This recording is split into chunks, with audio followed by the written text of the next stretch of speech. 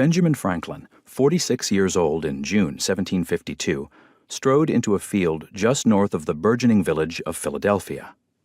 He had told no one other than his 22-year-old son about his plan to demonstrate the connection between lightning and electricity, both of which were then considered mysterious and terrifying.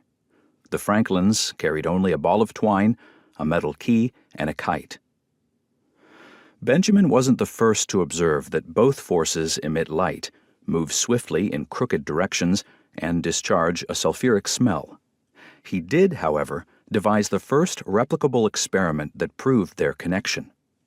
About 2 years before, he had written detailed plans for placing an iron pole about 40 feet long atop a tall building or church steeple. Reprinted in European journals, his proposal theorized that a brass-pointed tip would draw electrical discharges from clouds and send them via wire into glass jars that stored the energy. Although Franklin felt the bodily risks from a lightning strike were small, he recommended experimenters shield themselves within a sentry box like that of a guard's booth. At the request of the French king, Thomas-François d'Alibert, on May 10, 1752, conducted Franklin's experiment by raising such a pole above a church bell tower in Marly-la-Ville, about 25 miles north of Paris. Adding to Franklin's precautions, d'Alibert and his assistants avoided electrocution by standing on insulated pads placed atop 4 empty wine bottles. They were, after all, in France. He described their findings 3 days later at the French Académie des Sciences, declaring, "Monsieur Franklin's idea has ceased to be conjecture. Here it has become a reality." Within about a month, other scientists in France, England, and Germany all performed the sentry box experiment as Franklin had designed it.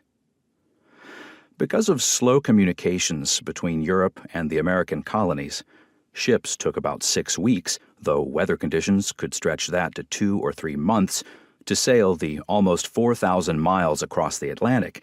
Franklin hadn't learned of these successful demonstrations before he decided to experiment in a different and more easy manner. A kite tipped with a foot-long wire solved the problem that Philadelphia then did not possess buildings tall enough to support an iron rod rising into the clouds.